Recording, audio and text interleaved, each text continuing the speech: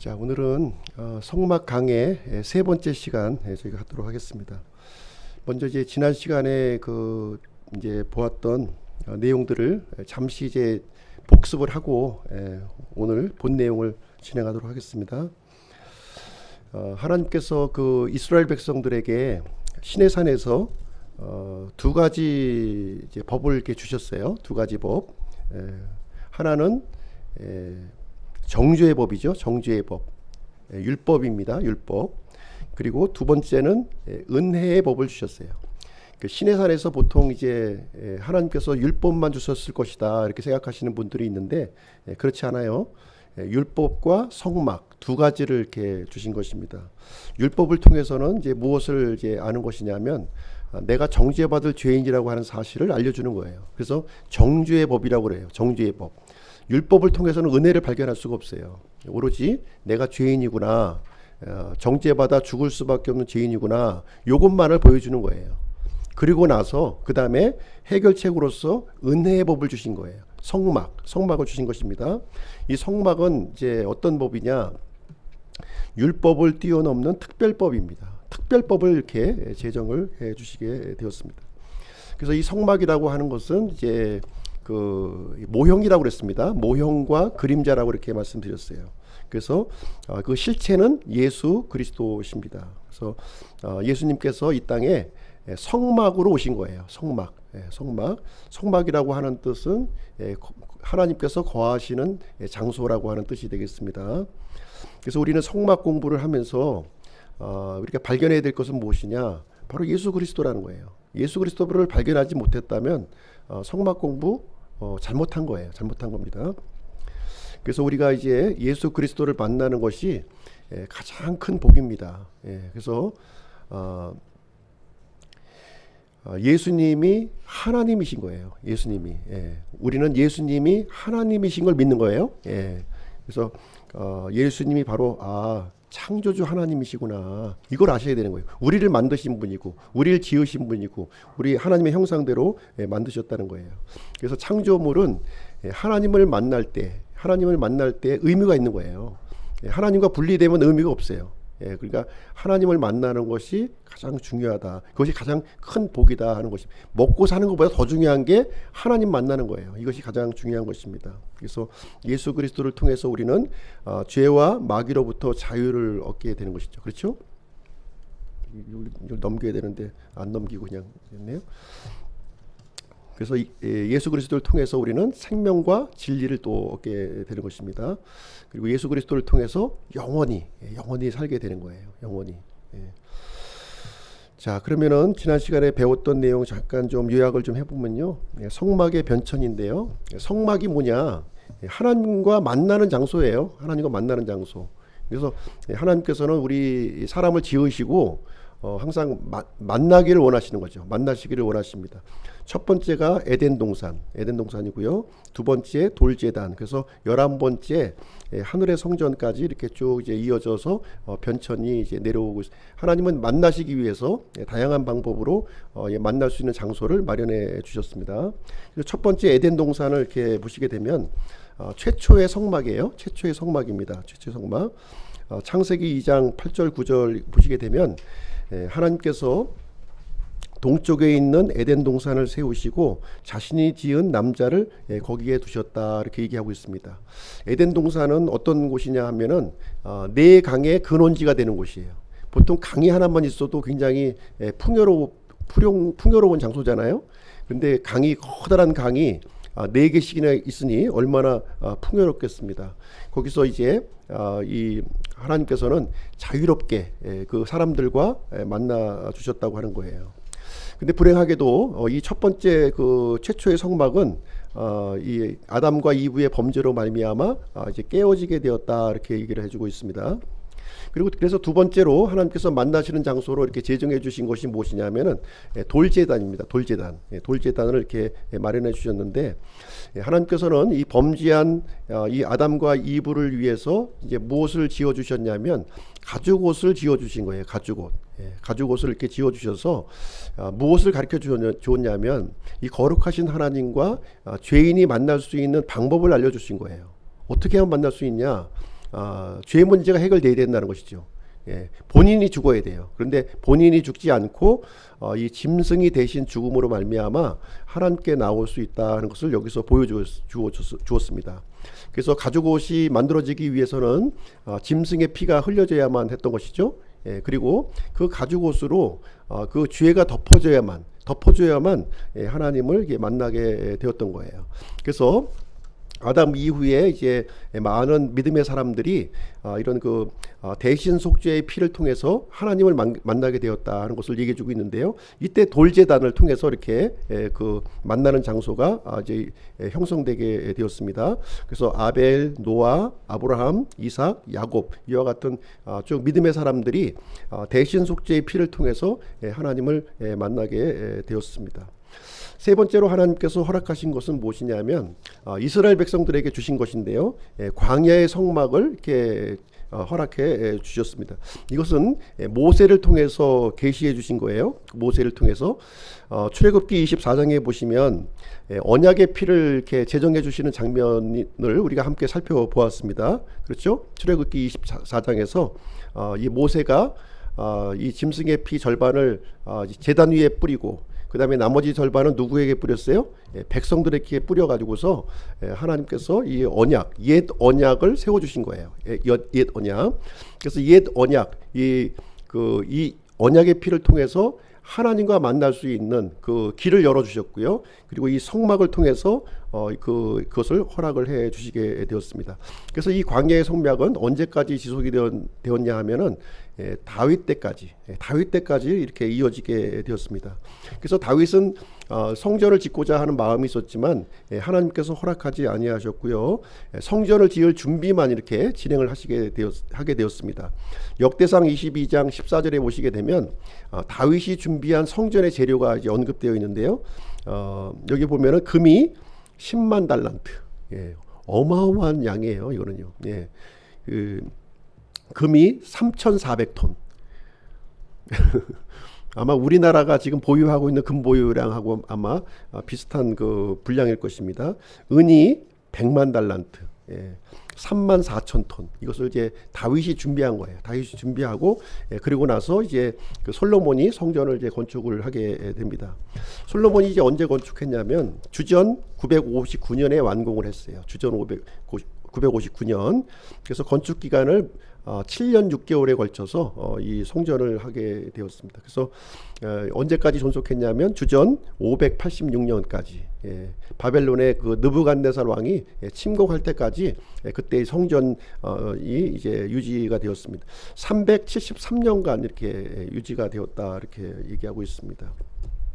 완전히 이제 파괴가 되었죠. 그때. 그리고 나서 이제 이제 이스라엘 백성들이 바벨론에서 포로 생활을 이제 마치고 70년 포로 생활을 마치고 이제 고향 땅으로 이제 돌아왔을 때 그때 이제 이 성전이 완전히 파괴되어 있으니까 새로운 성전을 거기서 이제 건축을 이제 진행하게 되는데 바로 수르바벨 성전이에요. 수르바벨 성전. 이것을 이제 우리는 이제 제2 성전이라고 부르는 거죠. 제2 성전이라고 부르고요. 근데 좀 이제 그 처음에 지었던 솔로몬 성전보다는 그 규모가 굉장히 작았고요. 초라한 모습을 이렇게 보이고 있었습니다. 이것이 이제 쭉 이제 그 이어져 내려오다가 예수님 시대에 그 헤롯 성전이 이제 있었습니다. 헤롯 성전. 예수님 당시에 존재했던 그 성전이 이제 되겠습니다. 헤롯 대왕이 유대인들의 환심을 사기 위해서 이제 증축했다 이렇게 되어 있는데요. 헤롯 대왕은 에도민이었어요. 에도민으로서 이스라엘을 이제 통치하려고 하다 보니까 유대인들을 이제 환심을 살 필요가 있었던 것이죠. 그래서 이 초라했던 이 그 수르바벨 성전을 증축하는 일을 이제 진행하게 됩니다. 주전 20년부터 주 83년까지 이렇게 그 건축이 이제 진행이 되었고요. 그런데 주후 70년에 이 로마의 그 침공에 의해서 완전히 이제 파괴가 되게 됩니다. 이제 로마의 타이투스 장군에 의해서 지금 이제 이 그 성전 내 돌 위에 돌 하나 남지도 않고 완전히 이렇게 파괴가 되어 있고요. 지금은 그 성전터에 이제 그 이슬람의 모스크 사원이 지금 이제 세워져 있습니다. 황금 돔 사원이라고 이제 불려지고 있죠. 지금 남아 있는 것은 서편의 그 이 성벽만 지금 남아 있어서 이것도 이제 통곡의 벽으로 지금 이제 불려지고 있는 것이 되겠습니다. 그리고 나서 이제 그 일곱 번째는 성전이신 예수 그리스도인데요. 헤롯 당시에 예수님 오셨을 당시에 진정한 성전은 헤롯 성전이 아니었다는 거예요. 헤롯 성전이 아니라 바로 육체를 입고 오신 예수님이 바로 진정한 성전이었다. 그 전에 있었던 모든 성전들은 모형과 그림자였고 예수님이 실체로 그때 오셨다는 것을 성경은 우리에게 가르쳐 주고 있습니다. 예수님은 이 성전을 헐라 사흘 안에 내가 그것을 일으켜 세우리라 이렇게 말씀해 주셨는데, 이 성전은 헤롯 성전을 가리켜서 얘기한 것이 아니라 자신의 몸된 성전을 가리켜서 자신이 죽음에서 부활하실 것을 말씀하신 그런 내용이 이제 되겠습니다. 그리고 나서요, 이제 교회 시대가 이제 열려지게 되는데요. 교회 시대의 그 성전은 성도들의 몸이 교회의 성전이 되겠습니다. 그래서 서신서에서는 우리 구원받은 우리 성도들 안에 누가 내주하십니까? 성령님이 내주하시잖아요. 하나님이 우리를 거처로 삼으셨기 때문에 우리 성도들의 몸이 이제 하나님의 성전이 된다는 사실을 우리에게 얘기해 주고 있습니다. 베드로전서 2장 4절 5절 말씀에 보시게 되면 예수님께서는 산돌이 되시는 거예요. 산돌이 되고요. 우리는 믿는 사람들은 살아있는 돌이 되는, 살아있는 돌로서 하나님의 집이 우리가 이제 건축이 되어 가고 있다 하는 사실을 우리에게 얘기해 주고 있고요. 그리고 나서 이제 교회 시대가 끝난 다음에 이제 성전이 하나 세워지게 되는데요. 이 성전을 환란기 성전이라고 불러요. 환란기 성전. 이것은 이제 제 3성전이라고 이제 부르는 것이 이제 되겠습니다. 적그리스도가 이 환란기 중반에 성전 안에 이렇게 앉아가지고 자신이 하나님이라고 이렇게 드러내게 됩니다. 그래서 아직 제3성전은 세워지지 않았고요. 앞으로 세워질 성전이 되겠습니다. 이것은 아마 환란기 이 전반기쯤 이렇게 지어지게 되고요. 중반기에 가서 이 적그리스도가 그 이제 안에 앉아가지고 이제 자신을 하나님이라고 부르는 일이 생길 것이다. 성경은 우리에게 이제 말씀을 해주고 있습니다. 그래서 환란기 때 이 성전은 또 이제 완전히 또 파괴가 되고요. 천년왕국이 이제 이 땅에 세워지게 되는데 이제 천년왕국에서도 성전이 이제 있습니다. 이것은 에스겔서 40장부터 43장까지 기록되어 있는 성전이 되겠습니다. 그래서 천년왕국 때 지어질 성전이에요. 환란기 성전하고는 또 다른 것입니다. 이것은 그래서 이 그 천년왕국 때 세워질 성전을 통해서 이제 이스라엘을 향해서 이제 하셨던 모든 약속이 성취가 되는 것이죠. 이스라엘 민족들은 이제 우두머리 민족으로서 이제 천년왕국을 지배하고 다스리는 일을 진행하게 됩니다. 그리고 나서 이제 마지막으로 11번째는 하늘의 성전을 성경에서 우리에게 얘기를 해주고 있는 건데요. 이것은 땅에 있는 성막과 성전의 그 실제 모습을 여기서 보여주고 있습니다. 계시록 21장 22절 한번 같이 좀 한번 읽어보실게요. 계시록 21장 22절 시작. 또 내가 그 안에서 성전을 보지 못하였으니 이는 주 하나님 전능자와 어린 양께서 그 도시의 성전이시기 때문이라. 누가 성전이라고요? 전능자 하나님과 어린 양 예수 그리스도께서 바로 성전의 실체가 되어 주신다 이렇게 얘기를 하고 있습니다. 그래서 하나님과 하나님의 백성이 영원토록 이제 혼연일체가 되는 그 관계를 여기서 성경은 얘기를 해주고 있습니다. 그래서 오늘은 이제 오늘 성막의 내용 중에서 울타리 부분을 한번 같이 살펴보도록 하겠습니다. 우리 이제 말씀의 이제 그 내용은 본문 말씀은 출애굽기 27장 9절부터 19절 그것을 본문으로 해서 이제 울타리에 관련된 부분을 한번 이제 같이 살펴보는 그런 시간을 갖도록 하겠습니다. 먼저 출애굽기 27장 한번 펴보시고요. 시간상 이제 읽지는 않겠습니다. 읽지는 않고 출애굽기 27장 한번 펴놓고 한번 오늘 내용을 같이 보시도록 하겠습니다. 출애굽기 27장 펴놓으시고요. 네, 울타리에 관련된 부분만 좀 말씀을 드리도록 하겠습니다.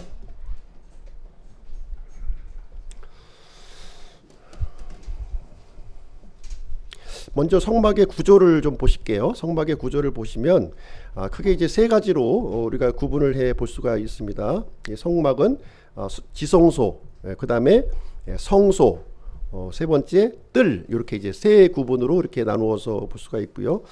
이것은 이제 그 사람의 모습도 그대로 이제 여기에 연결이 되고 있는데요. 지성소에 해당되는 부분이 사람의 영에 해당되는 부분이에요. 그리고 성소는 사람의 혼에 해당되는 영역이고요.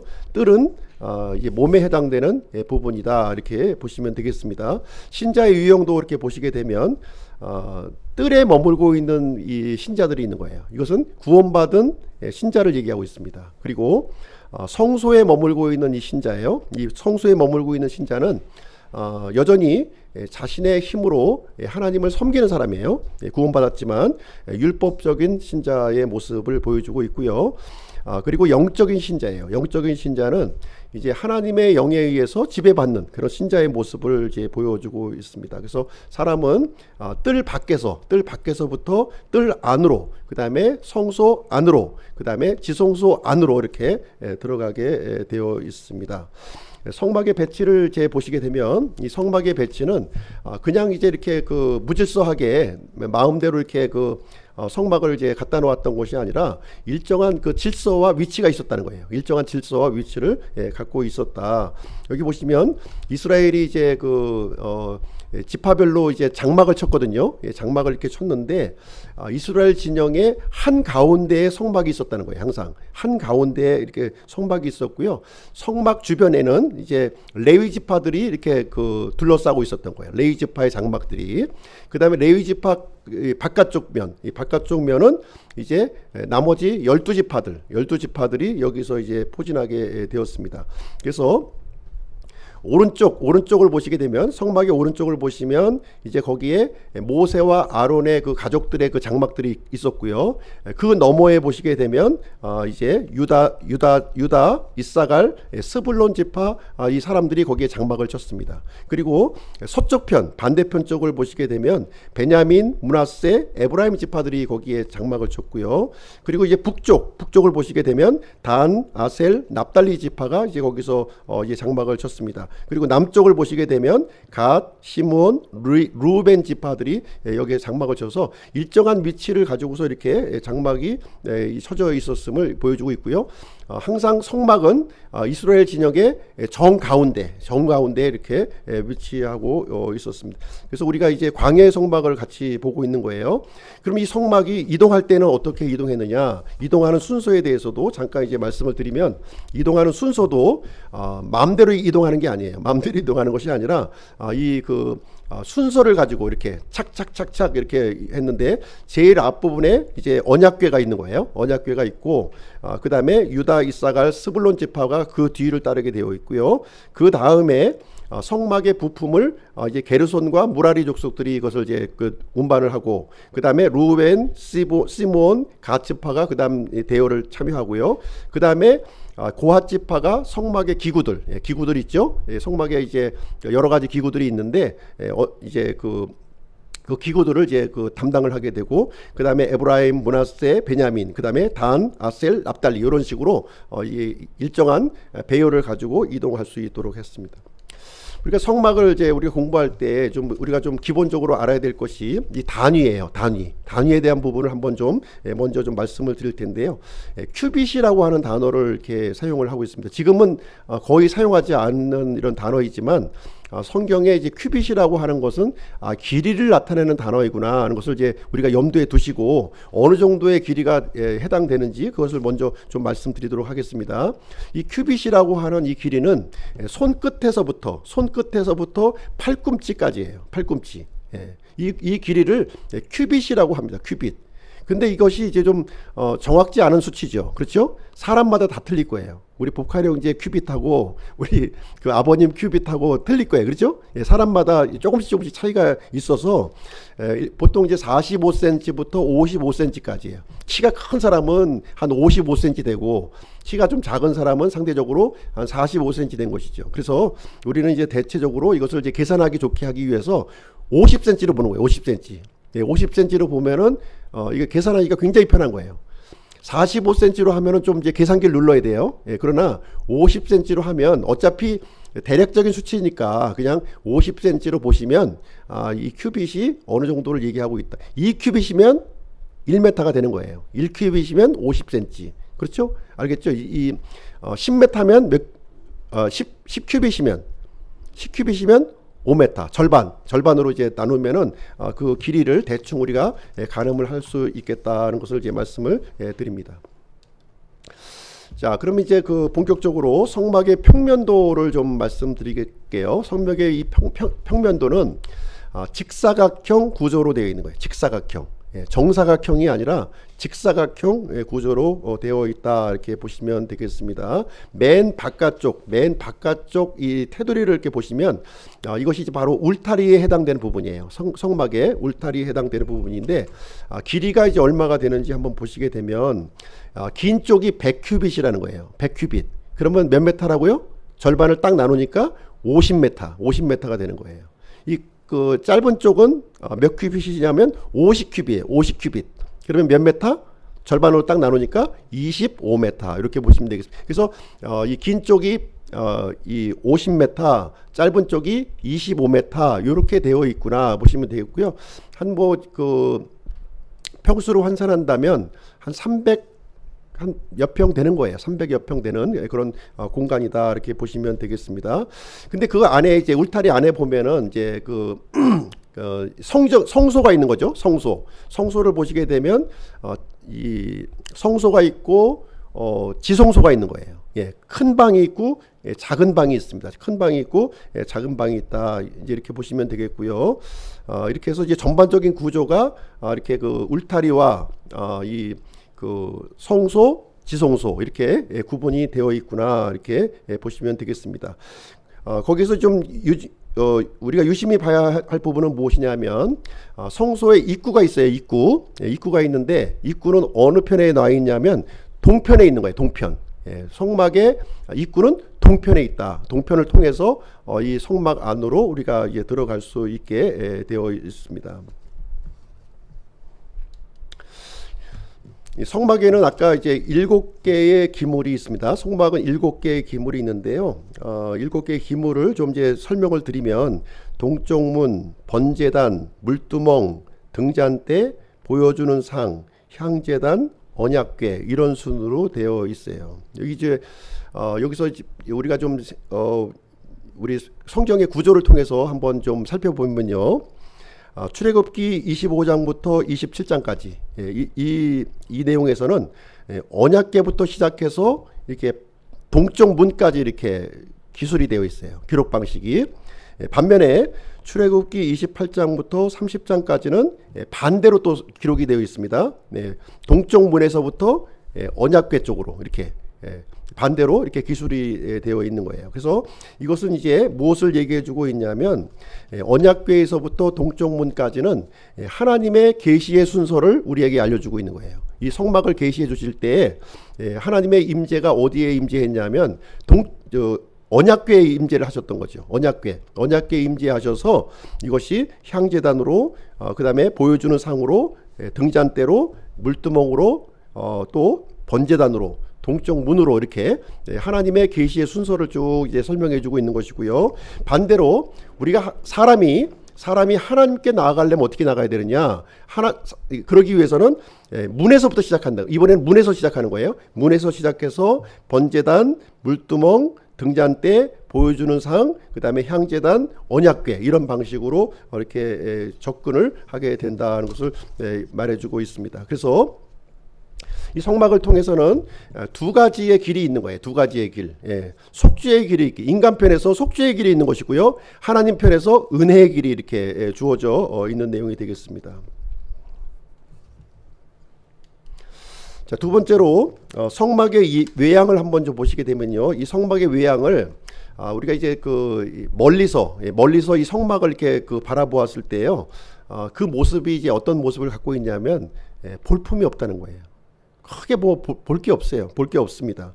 무엇이 보이냐면 그냥 하얀 세마포 천과 그 다음에 이제 성소의 지붕 부분이 보이는데요. 성소의 지붕 부분이 황갈색이에요. 아주 황갈색 지붕으로 이제 되어 있는데, 이 성소의 지붕은 우리가 사람들이 볼 때 이제 맨 마지막으로 보는 부분이 오소리 가죽으로 되어 있습니다. 오소리 가죽.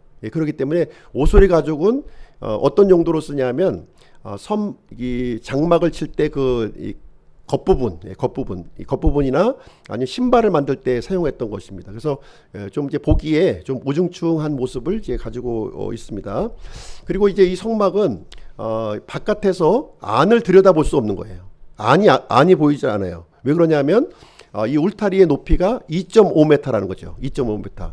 우리가 보통 사람의 키가 2m가 안 되죠. 그렇기 때문에 2.5m로 돼 있어서 성막 안을 들여다볼 수 없는 모습을 보여주고 있다는 것입니다. 그래서 이 성막 밖에서는 아무리 노력을 해도 이 성막 안에서 어떤 일이 벌어지고 있는 것인지, 어떤 의미가 있는지를 이제 이해하지 못하고 있다고 하는 사실이 되겠습니다. 그래서 이 성막의 외양의 모습은 예수 그리스도의 모습을 우리에게 보여주고 있는 거예요. 이사야서 53장에 보시게 되면 예수님께서 오신 우리의 모습은 볼품도 없고 이게 어떤 그 멋진 모습이 이렇게 없었다, 이렇게 얘기한 것처럼 성막이 바로 그런 모습을 이렇게 하고 있었던 것입니다. 그러나 우리가 예수님을 만나고 예수님 안에 들어가게 되면 예수님의 영광의 놀라운 모습을 우리가 발견하지 않습니까?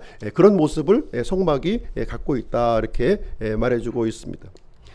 자, 오늘은 이제 성막의 울타리 부분을 좀 이제 구체적으로 살펴보기를 원하는 것인데요. 이 성막은 기둥으로 이렇게 세워져 있는 거예요. 기둥. 여러 개의 기둥으로 이렇게 세워져 있는데, 이 긴 쪽에는 이제 기둥의 숫자가 몇 개냐? 20개예요. 20개. 긴 쪽은 20개다. 그리고 짧은 쪽의 기둥의 숫자는 10개로 되어 있습니다.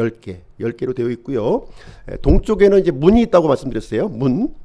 문이 있는데, 이 문은 이런 식으로 들어가는 겁니다. 지금 현재 그 출입구를 좀 이게 밖으로 당기면 사람이 그 옆으로 이제 들어갈 수가 있는 거예요. 그런 형식으로 되어 있고요. 이 그 출입구의 그 기둥은 지금 몇 개예요? 4개가 되는 거죠. 그러니까 양쪽에 3개씩 기둥이 세워져 있고요. 문에는 4개의 기둥이 세워져 있다, 이렇게 보시면 되겠습니다. 그래서 세워진 모습을 보면은 이런 형식으로 되어 있는 거예요. 이런 식으로 울타리가 채워져 있고, 그다음에 문이 있고, 그 안에는 처음에 번제단이 있고, 그다음에 물두멍이 있고, 그리고 성소라고 하는 이 성소 건축물이 그 안에 놓여져 있게 되어 있습니다. 그래서 성막의 구격을 다시 한번 말씀을 드리도록 할게요. 울타리의 그 규격을 보시게 되면 가로가 100m, 그리고 아니죠. 가로가 여기 잘못되어 있습니다. 가로가 50m, 세로가 25m로 되어 있는 거예요. 25m. 그리고 높이는 얼마나 된다고요? 높이는 2.5m, 5큐빗입니다. 5큐빗 2.5m로 이렇게 되어 있고요. 그 안에 있는 이 성소를 보시게 되면 가로가 15m, 세로가 5m, 높이가 5m예요. 울타리 높이가 2.5m인데 이 성소의 높이는 5m라는 거예요. 더 높죠. 10큐빗으로 이렇게 되어 있습니다. 그래서 이제 외부에서 보게 되면 하얀색 울타리하고 성소의 그 지붕의 부분을 우리가 이제 볼 수 있는 그런 상황이 이제 되겠습니다. 그러면 울타리의 구성은 어떻게 구성되어 있느냐? 울타리의 구성을 한번 보시게 되면 하얀색 천이 있다고 그랬습니다. 하얀색 천으로 이렇게 둘려져 있는데요. 이 하얀색 현수막은 바로 아마포로 되어 있어요. 아마포. 보통 우리 이제 예전에 삼배, 못이 삼배 옷으로 이렇게 생각하시면 될 것 같아요. 하얀색 아마포 천으로 이렇게 둘려져 있습니다. 그리고 이제 기둥을 보시게 되면 이게 나무로 되어 있는데요. 특별히 나무 중에서도 시팀나무로 되어 있어요. 시팀나무.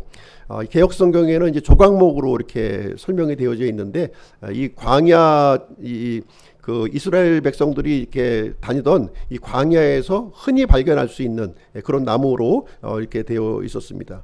그리고 이 기둥은요, 나무의 기둥에는 머리가 있었어요. 머리 뚜껑과 갈고리가 있었는데 그것은 은으로 이렇게 구성이 은으로 된 재질로 이렇게 되어 있었습니다. 그리고 밑받침은 노수로 되어 있어요. 노수로. 그 다음에 이제 기둥과 기둥이 이렇게 넘어질 수도 있잖아요. 물론 무거운 노수로 이렇게 세워 놓긴 했지만 이게 노시 넘어지지 않도록 하기 위해서 이 머리 부분을 이렇게 띠로 이렇게 연결했다는 거예요. 그러니까 여기 그림에서 보시는 것처럼 각각의 기둥이 이렇게 줄로 이렇게 연결되어 있고요. 기둥과 기둥이 또 이렇게 띠로 이렇게 쭉 은띠로 이렇게 연결되어져 있는 상황이 되겠습니다. 그 다음에 말뚝이 있는데요. 말뚝은 이제 노수로 이렇게 되어 있고요. 그리고 말뚝과 기둥을 붙잡아주는 줄로 이렇게 구성이 되어 있습니다. 그래서 울타리는 이렇게 간략하게 기둥과 천 그리고 말뚝 이런 것들로 이렇게 구성이 되어 있다 이렇게 보시면 되겠습니다. 그래서 이제 그 기둥의 숫자는 이제 가로 부분이 20개라고 그랬어요. 그러니까 양쪽이니까 몇 개예요? 40개. 그리고 세로 부분은 10개 가지고 20개. 그래서 총 이제 60개로 구성이 되어 있는 60개의 기둥으로 이제 울타리가 형성이 되어 있습니다. 그래서 실제 세워져 있는 모습을 보시게 되면 이렇게 돼 있어요. 이런 식으로 이제 세워져 있는 사람 키보다는 한 5, 60cm 높은 위치로 이렇게 울타리 현수막이 쭉 쳐져 있는 모습을 이제 실제 모형을 이제 이렇게 지금 보고 있는 것이 되겠습니다. 그래서 이제 그 실제 성막이 세워진 모습을 보게 되면 이런 식으로 돼 있는 거예요. 이런 식으로 돼서 이제 문과 그리고 울타리 그리고 그 아래에 있는 성소의 기물들 그리고 성소는 지성소와 성소 두 개로 이제 나눠져 있는 방으로 아주 간단한 구조로 이렇게 되어 있습니다. 그러면 이제 이 울타리의 재료를 우리가 살펴보았는데요. 이 울타리의 재료들이 상징하는 의미에 대해서 한번 좀 보도록 할게요. 먼저 은입니다. 은. 그 기둥의 머리 부분을 이제 은으로 이제 만들어졌는데 은으로 한 이유는 무엇이냐? 이 은은 우리가 첫 시간에 살펴보았지만 이 몸값이라고 하는 표현을 드렸어요. 몸값으로 속죄의 대가라고 하는 뜻을 가지고 있었습니다. 그래서 이스라엘 백성들은 20세 이상의 남자들은 성전세를 이렇게 다 이제 바치도록 했는데요. 은으로 된 반세겔을 이렇게 바친 거예요. 반세겔. 이 반세겔은 한 5.7g, 은 5.7g이니까 누구나 낼 수 있는 거예요. 누구나. 이 성전세는 누구나 바칠 수 있는 거예요. 자기 몸값을 대신해서 이 성전세를 이렇게 바치게 되어서 구속을 받았다고 하는 내용이 이제 되겠습니다. 그 다음에 이 기둥은 시팀나무로 되어 있다 이렇게 말씀드렸어요. 시팀나무.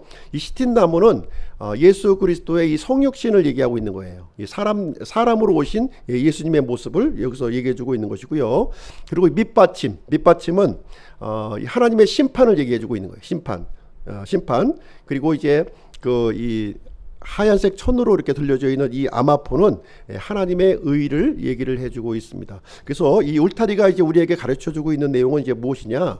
바로 사람의 몸으로 오신 예수 그리스도께서 우리를 대신해서 이렇게 심판을 받으시고 속죄의 대가를 지불하셨다는 거예요. 그래서 하나님의 의를 우리 성도들에게 부여를 해주셨다는 뜻을 그 울타리가 가지고 있는 그런 의미가 이제 되겠습니다. 구체적으로 울타리가 이제 갖는 의미를 한번 보실게요. 울타리를 가진 의미를 보실 텐데 첫 번째는 보호의 의미가 있고요. 두 번째는 소유의 의미, 세 번째 공급의 의미, 네 번째 구별의 의미, 다섯 번째 제한의 의미를 여기서 가지고 있는 것입니다. 그래서 이제 이 울타리 안과 울타리 이 밖을 경계를 구분해 주는 것이 바로 울타리예요. 예, 그래서 울타리 경계 밖에는 뭐가 있습니까? 예, 거기에는 죽음과 죄와 마귀의 유혹이 있는 곳이에요. 그러나 반면에 울타리 안은 하나님의 임재가 있는 곳이고 하나님을 만날 수 있는 그런 장소가 되는 것이죠. 그래서 첫 번째로 울타리의 의미는 보호의 의미를 가지고 있다는 거예요. 보호의 의미, 보호해 준다 하는 의미를 가지고 있습니다. 그래서 안쪽에는 보호를 받지만 울타리 밖에는 보호를 받을 수가 없는 거예요. 그렇죠? 그 얘기를 얘기해 주고 있습니다. 하나님께서 노아에게 방주를 만들어 주셨을 때에도 방주 안에는 안전했고요. 방주 밖에는 심판을 받게 되었습니다. 그리고 우리도 예수 그리스도 안으로 들어오면 우리가 보호를 받는 것이고요. 예수 그리스도 밖에 머물러 있으면 우리는 보호받지 못하게 되는 것을 말해주고 있습니다. 그래서 이 울타리라고 하는 첫 번째 의미는 어떤 의미를 가지고 있냐면 바로 이렇게 하나님께서 우리를 보호해 주신다. 울타리 안에만 들어와 있으면 우리는 죄와 마귀와 이런 죽음으로부터 우리를 보호해 주신다. 이런 의미를 가지고 있는 내용이 이제 되겠습니다. 두 번째로 이 울타리의 의미를 이제 보시게 되면 소유의 의미를 가지고 있다는 거예요. 소유의 의미를 가지고 있다. 이 울타리는 경계를 표현해 줄 뿐만 아니라 소유권을 우리에게 얘기해 주고 있는 거예요. 울타리 안에는 바로 하나님의 백성이 있는 자리라는 거예요. 울타리 안이. 울타리 밖은 이제 마귀의 백성이 이제 거주하고 있는 곳이 되겠죠. 영적으로 말씀드리는 거예요. 영적으로 울타리 안은 하나님의 백성이 거하는 처소이다. 그러나 울타리 밖에는 이제 하나님의 백성이 아닌 이 하나님의 소유가 아닌 사람들이 거주하는 곳이다. 이렇게 보시면 되겠습니다. 하나님께서는 예수 그리스도의 피를 통해서 우리를 값을 주고 지불하고 우리를 사주셨죠. 사주셔가지고서 이제는 우리를 울타리 안으로 살 수 있는 그런 존재로 우리를 만들어 주셨다. 이렇게 얘기를 해주고 있는 거예요. 그래서 울타리의 두 번째 의미는 바로 소유의 의미를 갖고 있다. 소유. 그래서 우리 믿는 사람들은 어디에 거주해야 돼요? 울타리 안에 거주하셔야 되는 거예요. 울타리 밖에 사시면 안 돼요. 살 수가 없는 거예요. 우리는 거기서는 살 수가 없는 장소예요. 울타리 안에 하나님의 소유권 안에 우리는 머물러야 되겠습니다. 세 번째 의미를 좀 말씀드릴게요. 세 번째 의미를 보시면 공급의 의미가 있는 공급. 하나님께서 공급해 주신다는 것이 되겠습니다. 그래서 울타리 안에는요 하나님께 속한 모든 것을 우리에게 공급해 주신다는 거예요. 울타리 밖에는 하나님의 것을 아무리 노력해도 우리는 받을 수가 없는 것이에요. 거기는. 그러나 울타리 안에서는 하나님에게 속하여 있는 모든 것들, 그런 것들을 우리가 또 공급받을 수 있고 그런 것들을 우리가 누릴 수 있는 그런 장소다 하는 것을 얘기를 해주고 있습니다. 그래서 이 성막 안에서는요 빛이 공급되고 말씀이 공급되고 생명이 공급되고 사랑과 평안과 기쁨이 공급되는 그런 장소이다 하는 것을 얘기를 해주고 있습니다. 그래서 예수님께서도 우리 믿는 사람들에게 이렇게 얘기하고 있죠. 내 안에 거하라. 내 안에 거하라 하고 있잖아요. 내 안에 거해야만 예수님에 속한 모든 것을 우리가 공급을 받고 누릴 수 있다고 하는 그런 말씀이 이제 되겠습니다. 요한복음 15장 7절 우리 중요한 내용이니까 같이 한번 읽어보실게요. 시작. 너희가 내 안에 거하고 내 말들이 너희 안에 거하면 너희가 원하는 바를 구하라. 그러면 그것이 너희에게 이루어지리라. 이렇게 말씀을 해주고 약속의 말씀입니다. 약속의 말씀이에요. 우리가 예수님 안에 이렇게 거하면 우리가 원하는 것을 이렇게 구한 것을 이루어 주시겠다. 이렇게 약속을 해주고 있습니다. 자, 울타리의 네 번째 의미 한번 보실게요. 네 번째 의미는 구별한다 이런 뜻을 가지고 있어요. 구별한다 이런 것. 이 울타리는요 안과 밖을 구별해 주는 거예요. 안과 밖을 분명하게 구별을 해줍니다. 울타리 밖은 죽음이에요. 죽음. 그러나 울타리 안은 생명입니다. 생명. 그리고 울타리 밖은 저주예요. 그러나 울타리 안은 하나님의 복을 우리에게 예시해주고 있습니다. 그리고 울타리 밖은 지옥이고요, 울타리 안은 천국. 그 경계를 그 구별을 분명하게 우리에게 해주고 있습니다. 이것은 예수 그리스도의 이 고난을 통해서 이 경계를 구분해 주신 거예요. 경계를 우리는 모두 죽을 수밖에 없고 저주받을 수밖에 없고 지옥으로 갈 수밖에 없는 그런 존재였지만 예수 그리스도께서 자신의 피를 흘려주심으로 말미암아 우리를 울타리 안으로 이렇게 우리를 구별시켜 주셨다는 것을 우리에게 말씀을 해주고 있습니다. 마지막으로 울타리의 다섯 번째 의미를 한번 보겠습니다. 다섯 번째 의미는 제한의 의미를 갖고 있어요. 제한. 울타리를 보면은 어떤 생각을 갖습니까? 울타리를 우리가 우리 주변에 울타리가 많이 있잖아요. 울타리가 있으면 우리가 첫 번째로 갖고 있는 그 느낌이 뭐예요? 넘어가서는 안 된다는 거지. 거기 넘으면은 불법이라는 거죠. 불법, 넘어가서는 안 된다. 그러니까 제한한다라고 하는 뜻을 가지고 있어요. 그래서 그 울타리라고 하는 것은 들어오지 못하도록, 들어오라고 한 울타리를 세운 게 아니라 들어오지 못하게 하기 위해서 이렇게 세워놓은 것이 되겠습니다. 그래서 이 울타리 안으로는요, 아무나 들어올 수 없어요. 아무나. 합법적인 사람만 들어오는 거예요. 합법적인 자격을 갖춘 사람만 신분증을 확인하고 들어오는 거예요. 그렇지 않은 사람은 그런 확인 없이 들어온 사람들은 다 불법이에요. 강도요, 도둑이라고 이렇게 예수님께서 말씀을 해 주셨습니다. 그래서 이 울타리를 통해서 우리는 이제 여러 가지 의미를 우리가 한번 같이 생각을 해 보게 되었고요. 자, 아마포 현수막에 대해서 좀 말씀드리겠습니다. 하얀색 현수막으로 이렇게 둘려져 있잖아요. 사각으로 이렇게 둘려져 있는데 이 하얀색으로 되어 있다고 하는 것이 이제 의미를 갖고 있는 것이죠. 이 흰색이라고 하는 것은 정결함과 구별됨의 의미를 우리에게 보여주고 있는 거예요. 그래서 이 흰색이라고 하는 것은 바로 예수 그리스도의 의를 우리에게 보여주고 있는 것이 되겠습니다. 뿐만 아니라 요한계시록 19장 8절에 보시면 이 고운 아마포는 성도들의 의라고 얘기해주고 있어요. 성도들의 의. 이 얘기는 무슨 얘기냐면 예수님의 의를 이렇게 소유한 사람을 얘기하고 있는 거예요. 예수님의 의를 소유한 사람이 바로 성도들의 의다 하는 것을 말해주고 있습니다. 요한계시록 19장 8절 같이 한번 읽어보실게요. 시작. 깨끗하고 흰 고운 아마포 옷을 차려입은 것이 그녀에게 허락되었으니 그 고운 아마포는 성도들의 의인이라 하더라. 그래서 예수 그리스도의 의를 소유한 사람들이 바로 성도들의 의라고 하는 사실을 여기서 얘기해주고 있습니다. 그래서 이 하얀색 그 아마포가 이렇게 둘려져 있는 것은 그것은 바로 예수 그리스도의 의를 상징하고 있구나 하는 뜻을 여기서 가지고 있다고 하는 거예요. 자, 두 번째로 이 기둥이 이제 그 60개의 기둥으로 이렇게 세워져 있어요. 이 그 울타리는 60개의 기둥인데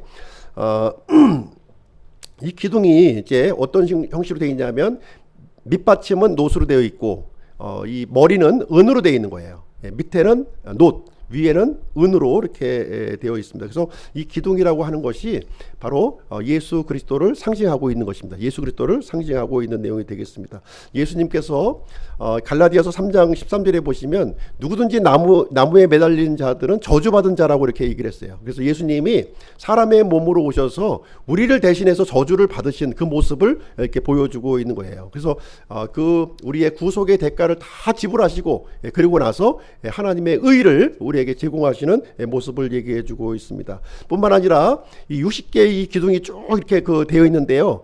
이 기둥 각각은 바로 성도들 한 사람 한 사람을 얘기해 주고 있는 거예요. 구속받은 성도들 한 사람 한 사람들이 세워져 있는 모습을 얘기해 주고 있습니다. 그래서 예수 그리스도의 피로 말미암아 구속받은 성도들을 여기서 얘기해 주고 있습니다.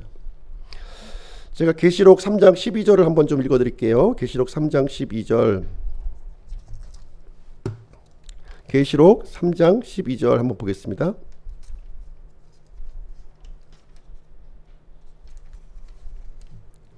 계시록 3장 12절.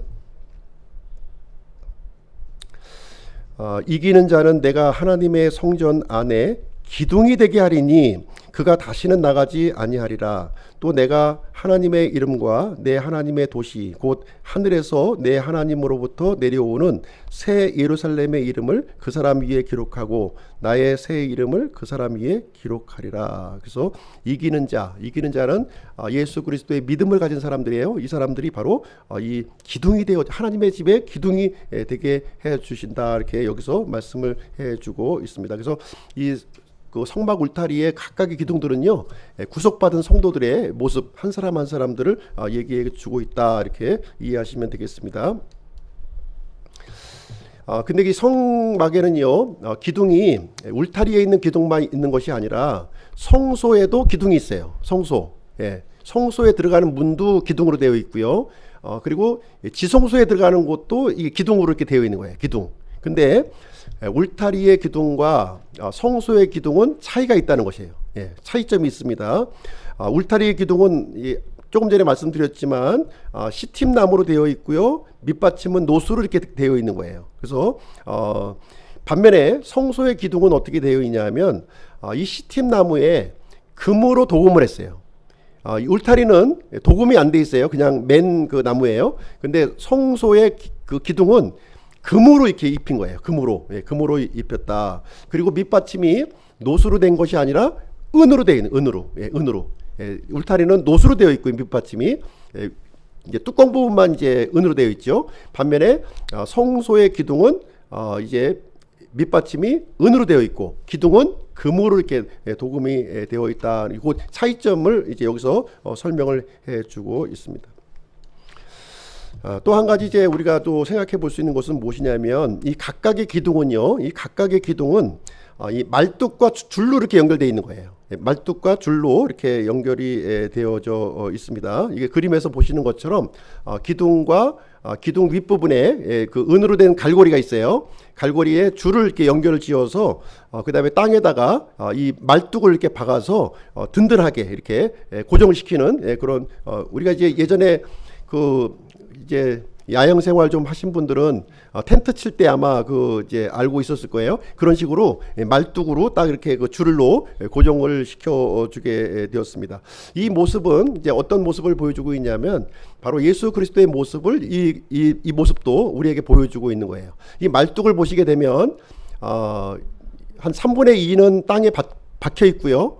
3분의 1은 노출이 이렇게 되어 있는 거죠. 그렇죠? 노출이 되어 있고 그 노출된 부분에 줄을 연결해서 은갈고리와 이렇게 연결되어 있는 이제 모습을 이제 갖고 있는 것입니다. 그래서 땅에 박힌 말뚝은 예수 그리스도의 이 죽으심을 지금 이제 설명해 주고 있는 거예요. 우리를 위해서 죽으신 예수님의 죽으심을 얘기해 주고 있는 것이고요. 땅 위에 나와 있는 이 말뚝은 예수 그리스도의 부활을 우리에게 얘기해 주고 있는 거예요. 그래서 우리가 이제 이 줄이 연결되어 있는데 이 줄이 죽음에 연결되어 있습니까? 부활에 연결되어 있습니까?